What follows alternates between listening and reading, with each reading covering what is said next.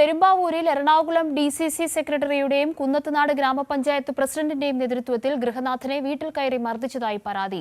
പെരുമ്പാവൂർ സ്വദേശി മാർട്ടിനാണ് മർദ്ദനമേറ്റത്. കടം വാങ്ങിയ പണം തിരികെ ചോദിച്ചായിരുന്നു അക്രമം. ഇരുവർക്കുമെതിരെ പെരുമ്പാവൂർ പോലീസ് കേസെടുത്തു.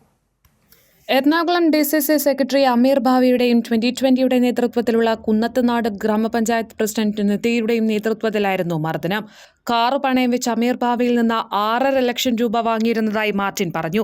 എന്നാൽ ഇപ്പോൾ 21 ലക്ഷം രൂപ ചോദിച്ചാണ് ഇന്നലെ ഉച്ചകഴിഞ്ഞ് മാർട്ടിന്റെ വീട്ടിലെത്തി മർദ്ദിച്ചത്. വീടിന്റെ അടുക്കള ഭാഗത്തുകൂടി വീടിനകത്ത് പ്രവേശിച്ച സംഘം അവിടെ ഉണ്ടായിരുന്ന കസേര ഉപയോഗിച്ച് ക്രൂരമായി മർദ്ദിച്ചുവെന്ന് മാർട്ടിൻ പറഞ്ഞു. 21 ലക്ഷം രൂപ ഞാൻ കൊടുക്കൂലെന്ന് ഞാൻ പറഞ്ഞുകൊണ്ട് ഇവൻ എന്നെ തല്ലിയത്. ഞാൻ ഇവൻ മേടിച്ച പൈസ കൊടുക്കാം, അതിന് ന്യായമായ ഇൻട്രസ്റ്റും കൊടുക്കാമെന്ന് ഞാൻ പറഞ്ഞു. അപ്പം എൻ്റെ വണ്ടിയും തന്നില്ല, ഇവൻ ഒന്നും തന്നില്ല. വണ്ടി തന്നെ എന്ന് പറയും മുഴുവനും 21 ലക്ഷം രൂപ കിട്ടിയാൽ എനിക്ക് വണ്ടി തരുള്ളൂ എന്ന് പറയണത്. അപ്പം ഞാൻ സ്റ്റേഷനിൽ പരാതി കൊടുക്കാൻ വേണ്ടി വന്നു. അപ്പം ഞാനിപ്പോൾ പെരുമ്പാവൂർ താലൂക്ക് ഹോസ്പിറ്റലിലാണ് ഞാൻ അഡ്മിറ്റ് ആയത്.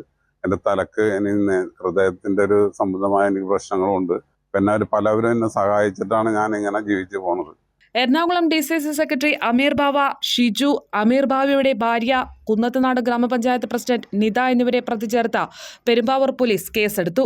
വിദഗ്ധ ചികിത്സയ്ക്കായി മാർട്ടിനെ കളമശ്ശേരി മെഡിക്കൽ കോളേജിൽ പ്രവേശിപ്പിച്ചിരിക്കുകയാണ്. പരാതിയുടെ അടിസ്ഥാനത്തിൽ കേസെടുത്ത് അന്വേഷണം തുടങ്ങിയതായി പോലീസ് അറിയിച്ചു. കൈരളി ന്യൂസ്, കൊച്ചി.